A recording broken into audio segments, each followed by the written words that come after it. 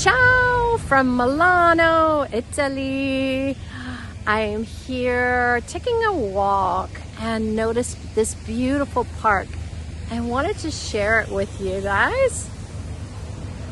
And yeah, they're doing some cleaning over there, so if you hear some loud noises, just seemed like the perfect place to actually have a conversation.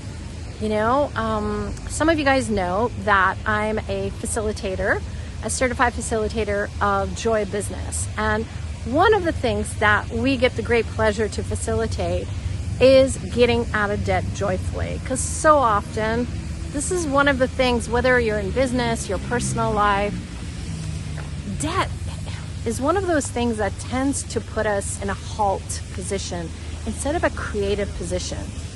And this particular book, I knew. I facilitated so many times with so many people. It desired to be different. So I invited some friends to come along to have conversations with you guys of how did they use the tools.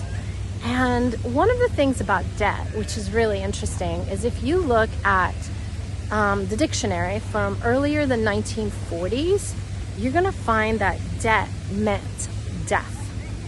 And how often do you act like you're dying when you have debt instead of switching it up to past expenditures? But what if debt is not just about money? You know, this particular book was written by Simone Milasas because yes, she had some financial debt, but the tools helped her and helped so many people all around the globe. I don't even know how many languages it's been currently translated in, maybe 10, 12, 15 languages. What if debt wasn't what we imagine it to be? Like, one of the things that I gained more and more awareness was how much we're indebted to others. You know, from the minute that you're born, it's your family, you know, and then it becomes your friends in high school or whatever else. And then it becomes college, and then it becomes marriage, and then it becomes children, and then it becomes your job. So it's always about putting you last and bringing everyone else's priority, their needs up front.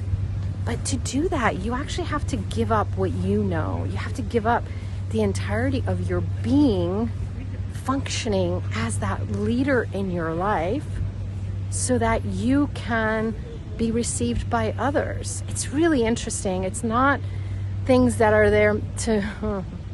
Some things, they just don't make frickin' sense. However, it's how we function. So what if it wasn't about just money?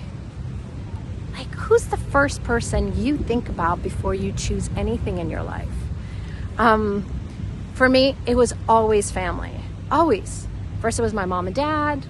I was the financial many things for them. You know, the educators, the idea, there to support them.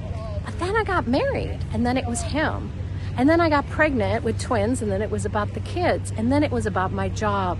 And then it was about the house. So it's like all these things that are important, but if you make them be greater than you have to lower what you know, what your capacities are, to match where they are.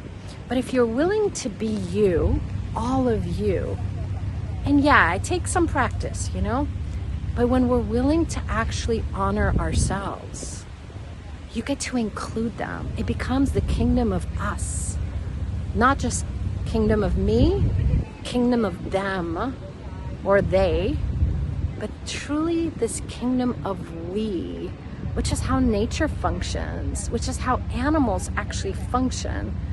If you look at a herd of horses, or even you look at a pack of dogs, it really is this kingdom of we. If you look at trees, mother trees, they don't just take care of themselves, they take care of the trees. And then their root systems, they communicate, and whatever something's missing, they bring it out. Like, did you guys know banana trees are a great source of water? And they provide a lot of water for other trees. Some trees, it's the sun. They don't get enough sun. So through the root system, they'll actually gain more with the sun. So what if it was the same for us? What if what we learned about being selfish was actually a lie? Because the minute you include you in your life, you are including everything and everyone. There is no need for separation.